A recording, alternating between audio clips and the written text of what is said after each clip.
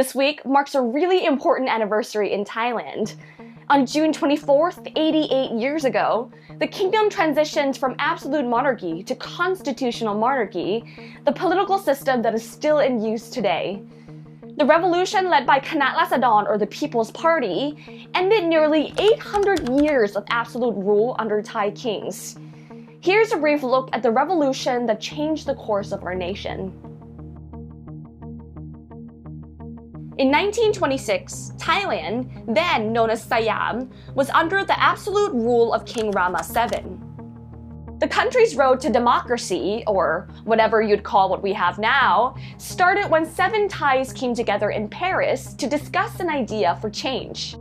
At a Parisian hotel on the 5th of February 1926, the 5-day meeting concluded on a plan to transition Thailand into a constitutional monarchy.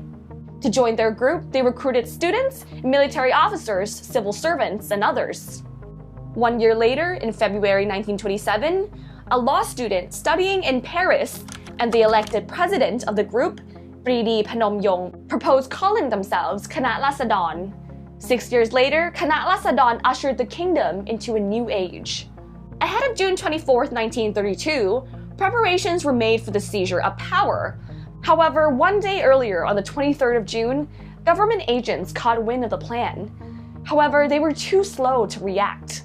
On June 24th, Kanat Lasadon launched a coup d'etat against the government of King Prachadhipok.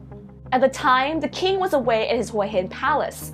Whilst in Bangkok, the revolutionaries arrested key officials and members of the royal household.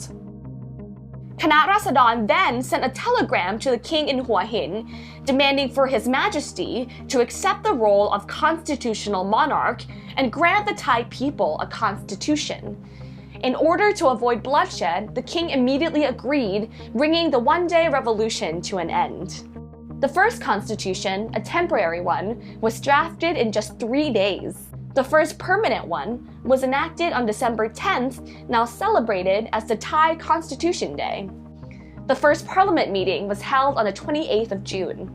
The 70 parliamentarians were made up of 31 representatives chosen by Kanat Lasadon and 39 representatives from the ranks of senior civil servants.